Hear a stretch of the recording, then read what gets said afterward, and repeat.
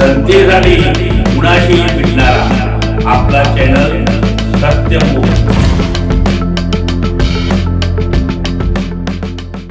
सोमवार दिनांक 13 ऑक्टोबर 2025 रोजी कोल्हापूर येथे अखिल भारतीय कलाकार एकता महासंघाची मीटिंग अगदी थाटामाटात पार पडली। यावेळी कलाकारांचा बुलंद आवाज म्हणून ओळखणारे माननीय श्री अब्दुल गवंडी यांची सांगली, सातारा, कोल्हापूर जिल्हा संपर्क प्रमुख सर्वानुमते निवड करण्यात आली। तसेच सांगली जिल्हाध्यक्ष महिला आघाडी म्हणून सौ रुखसाना सरफरोश मुजावर यांची निवड करण्यात आली। इतर पदाधिकाऱ्यांच्या निवडी यावेळी करण्यात आल्या। सदर निवडीचे पत्र संघटनेचे संस्थापक अध्यक्ष माननीय श्री जयवंतराव वायदंडे साहेब यांच्या हस्ते देण्यात आलं। यावेळी विविध मान्यवरांनी आपलं मनोगत व्यक्त केलं। निवड झाल्यानंतर माननीय श्री अब्दुल गवंडी यांनी सांगितलं की शासनाच्या कोणत्याही योजनेपासून महाराष्ट्राला कलाकार वंचित राहणार नाही। शासनाच्या कोणत्याही योजनेपासून महाराष्ट्रातला कलाकार वंचित राहणार नाही। कलाकारांना हक्काचं घर मिळावं, त्यांच्या मुलांसाठी स्वतंत्र वसतिगृह व्हावं, कलाकारांसाठी स्वतंत्र महामंडळ स्थापन करण्यात यावं, या व इतर मागण्यांसाठी आमची लढाई सुरूच राहणार आहे व कलाकार मानधनचा कोणताही प्रश्न असो अखिल भारतीय कलाकार एकता महासंघाशी संपर्क साधावा असं आवाहन शेवटी अब्दुल गवंडी यांनी केलं। या कामी संघटनेचे पदाधिकारी माननीय श्री राम कुंभार, महेश कदम, उदयराज पवार, सुनील पाटील, सचिन लोहार, अरुणा जाधव, जिल्हाध्यक्ष दिनकर भोसले, सतप्पा पाटील, शोभा पाटील, रुखसाना मुजावर मॅडम, लक्ष्मण जगताप, आश्रापा कांबळे, शैला कुंभार मॅडम, वाहिदा मुजावर, शीतल कांबळे, पुष्पाताई थेरगावकर, सहदेव कांबळे, सरला गुरवसह इतर पदाधिकारी उपस्थित होते। शेवटी आभार दिनकर भोसले यांनी व्यक्त केले। सत्यमुख प्रतिनिधी अब्दुल गवंडी, इचलकरंजी। अध्यक्ष आदरणीय जयवंतराव वायदंडे साहेब, आमचे जुने सहकारी आणि आमचे मित्र दिनकरराव भोसले साहेब, लक्ष्मण जगताप साहेब, शफी मुजावर साहेब आणि अन्य सर्व पदाधिकारी, आता जरा नावं माहिती व्हायला वेळ लागेल, आणि त्याच पद्धतीने माझ्याबरोबर ज्यांनी खांद्याला खांदा लावून काम केलं, सांगली जिल्ह्याची जबाबदारी सांभाळत असताना कोल्हापूरमध्ये सुद्धा येऊन त्यांनी संघटनेच्या माध्यमातून वायदंडे साहेब सतत मला साथ दिली। ते माझी अध्यक्षा सौ रुखसाना मुजावर मॅडम आणि स्वामी समर्थ महाराज ज्या पद्धतीने म्हणतात की भिवू नकोस, मी सदैव तुझ्या पाठीशी आहे, असं सदैव, भले मी त्या संघटनेत असताना सुद्धा सदैव मला फोनद्वारे मला सांगणारे आमच्या अरुणा जाधव मॅडम आणि इतर सर्व पदाधिकारी, पुष्पा मॅडम असतील, पाटील मॅडम असतील, शीतल मॅडम आहेत, पुष्पा थेरगावकर मॅडम आहेत, सर्वांचंच मी या ठिकाणी, सहदेव साहेब आहेत, सर्वांचंच मी या ठिकाणी आभार मानतो।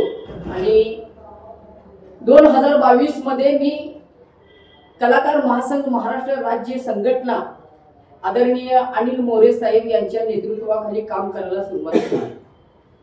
त्या संघटनेमध्ये काम करत असताना सर्वप्रथम माझी भेट वायदंडे साहेब तुमच्याबरोबरच झाली होती। हातकलंगड्यामध्ये आपण एकत्र होतो। मला वाटलं होतं की काहीतरी आपण चांगल्या संघटनेत आलोय, चांगलं काहीतरी घडणार आहे आणि कलाकारांचं हित मला डोळ्यासमोर दिसत होतं। कलाकारांना काहीतरी न्याय मिळेल किंवा कलाकारांच्या अडीअडचणी दूर होतील, हा उद्देश ठेवून मी त्या संघटनेमध्ये काम करत गेलो।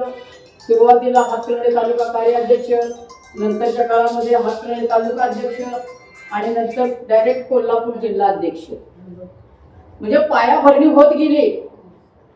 पण पायाभरणी करत असताना आमच्या नंतर असं लक्षात आलं की साहेब त्या पायात दगडच नाही, नुसताच पायावरती चालल्या। त्यावेळी गेल्या महिन्यातल्या 9 तारखेला मी स्पष्ट सडेतोडपणानं उत्तर दिलं की जर आपण संघटनेच्या नावाखाली लोकांना आणि कलाकारांना जेणेकरून आपण जर फसवत असेल तर कोल्हापूर जिल्हा अध्यक्ष या नावाला मी कलंक आहे आणि मी या संघटनेत किंवा या पदावरती काम करू शकत नाही। मी स्पष्टपणे माझं मत मांडलं, कारण हम तो फूल थे, तुमने हमें कांटा बना दिया, और आप कहते हो कि एक चुगला छोड़ दो, हम नहीं छोड़ेंगे। मी एक कलाकाराची औलाद आहे, कुठे क्लास लावून कुठे फी भरून मी कलाकार झालेला नाही, माझ्या रक्तात कला आहे आणि मी ज्या वेळेला कलाकारांच्यावरती अन्याय होतो त्या वेळेला मी तुटून पडलेला माणूस आहे। मी उघड्या डोळ्याने हे बघू शकत नव्हतो वायदंडे साहेब, म्हणून मी हा निर्णय घेतला। मी तुमच्या संघटनेत आलो, मला माहित आहे की या संघटनेमध्ये सगळे पदाधिकारी असतील किंवा सभासद असतील किंवा काही आपले वरिष्ठ अधिकारी असतील, ते सगळेच्या सगळे कलाकार आहेत आणि कलाकारांची व्यथा जाणणारी माणसं आहेत, म्हणून मी या संघटनेत आलो। मी ज्या वेळेला त्या संघटनेचा राजीनामा दिला, ज्या वेळेला मी त्यांना माझं रितसर सगळं पाठवलं, पण त्या बिचाराने एक फोन सुद्धा साहेब मला केलेला नाही. आणि माझी अपेक्षा पण ती नाही की त्यांनी मला फोन करावा. नाही, आपल्याला जे तत्वात बसलं नाही ते आपण सोडून दिलेलं आहे. आपण आता त्या मार्गाला जाण्याचा विचारच केलेला आहे. ज्यांना ज्यांना माझी तत्व पटली, माझं बोलणं पटलं किंवा मी जे बोलतोय ते योग्य बोलतोय, ती आज मंडळी माझ्या सोबत आहेत. आणि ज्यांना पटलं नाही ते आज ती तिकडे जाईल. उद्या आज नाही उद्या ती पण आपल्याकडे येतील, कारण गळती लागलेली आहे 100%. आणि सगळीच घागर पालती केल्याशिवाय हा अब्दुल गवंडी गप्प बसणार नाही. कारण ज्या वेळेला अनिल मोरेंच्या कर्तृत्वावर कंटाळून किंवा संघटनेच्या कर्तृत्वाला कंटाळून वायदंडे साहेबांच्या नेतृत्वाखाली 20-25 लोक ज्या वेळेला संघटना बाजूला गेली, त्यावेळेला त्यांची गाडी मोडखळी झालेली होती, तुटलेली होती, ब्रेक फेल झालेला होता. आणि आज काय सांगतायत, माझी गाडी चालू आहे, माझी गाडी चालूच राहणार, ज्यांना माझ्या गाडीत बसायचं त्यांनी बसायचं, नाही तर तुम्ही घरी जायचं. अरे बाबा, तुझी ज्या वेळेला गाडी वायदंडे साहेबांनी बंद पडली त्यावेळेला तुझ्या गाडीला धक्का द्यायला हा अब्दुल गवंडी एकटाच होता, हे तुम्ही विसरला. पण नाही, माझं काम चालू आहे, माझं घर चालतंय, तुम्ही भाडमध्ये गेला याच्याशी मला काही घेणं देणं नाही. प्रत्येक वेळेला एकच वाक्य की मी माझ्या घरादारावर तुळशीपत्र ठेवलं, माझ्या घरादारावर तुळशीपत्र ठेवलं. वायदंडे साहेब, तुम्हाला अभिमानाने सांगायचं, मी दिवसाला 40 ब्लँकेट विकतोय. माझ्या बायकोला संध्याकाळी नेऊन 1-2 हजार रुपये दिलं की दिवसभर ती फोन करत नाही, जेवलास काय, खाल्लास काय, राहिलास काय, कुठे गेलास, काय केलं, काही विचारत नाही. मग तुम्ही जर 40-40, 50-50 फॉर्म भरून जर बायकोच्या हातात घरात पैसे नेऊन देत असला तर तुमची बायको तुम्हाला कशाला विचारेल, तुळशीपत्र ठेवलाय का, अख्खी तुळशी देऊन तिच्या घरावर ठेवलाय, ती विचारत नाही. त्यामुळं हे सगळं लक्ष आम्ही बघितलं, उघड्या डोळ्याने बघितलेलं आहे. त्यामुळं प्रामाणिकपणानं मला या संघटनेमध्ये काम करायचं आहे आणि कलाकारांच्या हिताचं काम करायचं आहे. ज्या वेळेला माझ्या मुलांचं मॅडम प्रकरण झालं त्यावेळेला मी कुणाच्या दारात गेलो नाही, भीक मागत गेलो नाही, पण त्याच संघटनेचा एक पदाधिकारी सांगतोय की मी आलो म्हणून अब्दुल गवंडीच्या मुलाची फाशी वाचली. अरे, राष्ट्रपतीच्या अवलादाच्या फाशी द्यायचं किंवा न द्यायचं हा राष्ट्रपतींचा अधिकार आहे. तू कवा अनिल मोरेंच्या बरोबर राहून राष्ट्रपती झालास बाबा? हा, हे मला काही गोष्टी खटकल्या.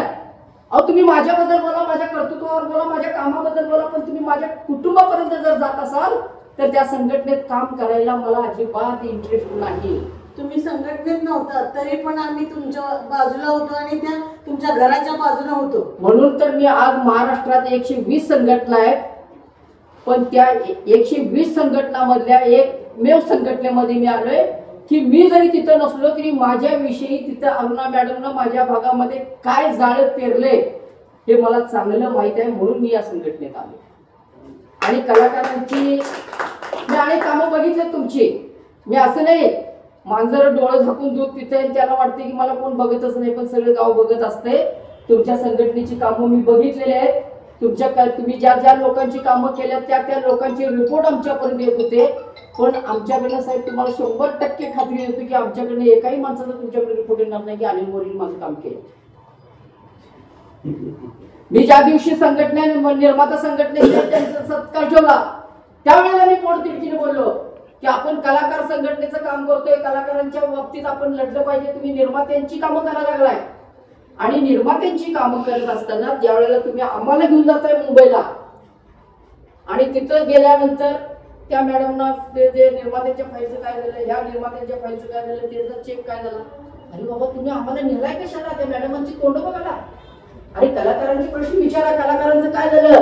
आज कित्येक दिवसाची आपली मागणी आहे की कलाकारांच्यासाठी स्वतंत्र महामंडळ स्थापन व्हावं, कलाकारांच्या मुलाबाळांच्यासाठी स्वतंत्र वसतिगृह स्थापन व्हावं, कलाकारांच्या जे आजपर्यंत भाड्याच्या घरात राहत आल्या त्या कलाकारांच्यासाठी स्वतःचं हक्काचं घर व्हावं. हे का तुम्ही पोटतिडकीने भांडत नाही? तिथं जाता वेगळंच काहीतरी. प्रत्येक वेळेला या आणि मी संघटनेसाठी वेळ देतोय, मी पैसे खर्च करतोय. अहो साहेब, तुमचं तिकीट काढून आम्ही तुम्हाला घेऊन जातोय हो, हे आता तुम्ही सांगायला लावू नका आम्हाला.